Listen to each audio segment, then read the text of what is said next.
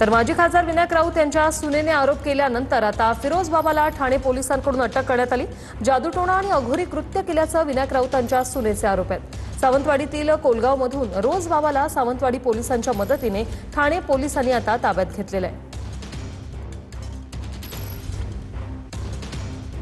विनायक राऊत यांच्या सुनेने आरोप केले आणि त्यानंतर आता या फिरोज बाबाला अटक करण्यात आलेली आहे। सावंतवाडीमधील कोलगावातून फिरोज बाबाला अटक करण्यात आलेली आहे। विनायक राऊत यांच्या सुनेने मोठा आरोप केलेला आहे। जादूटोणा आणि अघोरी कृत्य केलं असा आरोप गिरिजा राऊत यांनी केलेला आहे। तर आता सावंतवाडी पोलिसांच्या मदतीने या बाबाला अटक झाली। ठाणे कोर्टात या बाबाला हजर करण्यात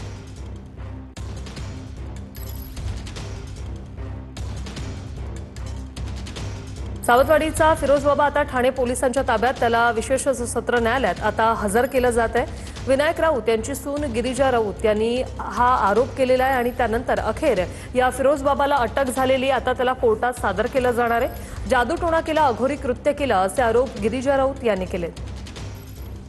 मयुरेश जाधव आमचे प्रतिनिधी आपल्यासोबत फोन लाईनवरून जोडलेले आहेत। मयुरेश, काय सांगाल? या बाबाला आता पोलीस कोर्टात हजर करतायत। नक्कीच आपण जर बघितलं, विनायक राऊत ठाकरे गटाचे नेते आणि माजी खासदार आहेत, त्यांच्यासह इतर 6 जणांविरोधात गुन्हा दाखल करण्यात आला होता।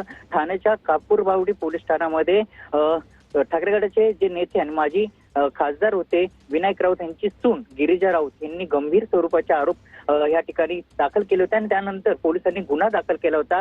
माझा छळ करण्यात आला, मानसिक छळ करण्यात आला, अघोरी कृत्य करण्यात आलं, तसंच जादूटोणा करण्यात आला, मला गोमूत्र पाजलं होतं आणि त्यानंतर केस देखील कापण्यात आले, असे गंभीर स्वरूपाचे आरोप राऊत कुटुंबावर केले होते। त्यानंतर या ठिकाणी पोलिसांनी, कापूरबावडी पोलिसांनी सावंतवाडी या ठिकाणी जो भोंदू बाबा आहे फिरोज शेख, त्याला अटक करण्यात आली होती आणि त्यानंतर कापूरबावडी पोलीस ठाण्यामध्ये दाखल केल्यानंतर आता ठाण्याच्या कापूरबावडी पोलीस ठाण्यातून या आरोपीला आता ठाण्याच्या कोर्टामध्ये हजर करण्यात आला आहे। कारण की आपण जर बघितलं, गिरिजा राऊत यांनी अनेक मुद्दे देखील उपस्थित केले, यावर देखील विनायक राऊत यांनी देखील पत्रकार परिषदेमध्ये जे गिरिजा राऊत यांनी जे आरोप केले ते फेटाळले होते। मात्र गिरिजा राऊत यांनी देखील सांगितले, माझा शारीरिक छळ त्या ठिकाणी करण्यात आला, मला मानसिक त्रास देण्यात आला, माझ्यावर अघोरी कृत्य करण्यात आलं, मला नक्कीच तुमच्याकडून अपडेट घेत राहणार मयुरेश। धन्यवाद तुम्ही दिलेल्या या माहितीसाठी।